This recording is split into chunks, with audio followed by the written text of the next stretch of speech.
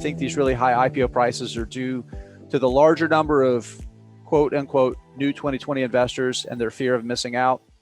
I think it's fear and greed, right? It's the thing that drives every investor. I think there's no yield. And I think so. And again, I think there's a little bit of the spectator sport aspect of it too. That's become a participant sport. Your thoughts on that, Danny?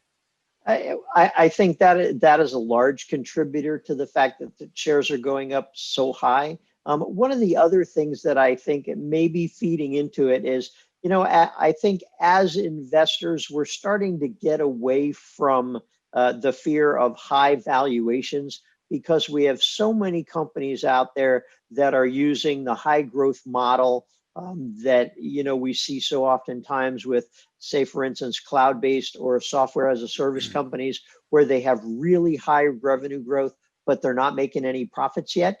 And so as a result of that, when we see these types of high growth, oftentimes investors will give companies a pass on their bottom line.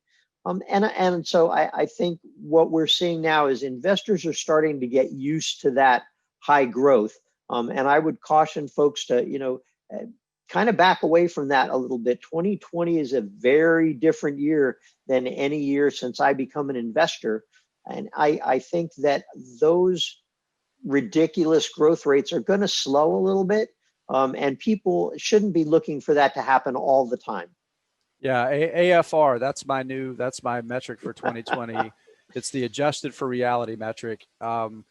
If you expect to see 20, 30, 40, 50% plus revenue growth, and that becomes your expectation, be prepared for disappointment in the future, because it's not this. We've seen more companies with hyper growth over the past couple of years than we will normally see. These markets are going to become more mature. They're going to become more competitive. So you have to consider that.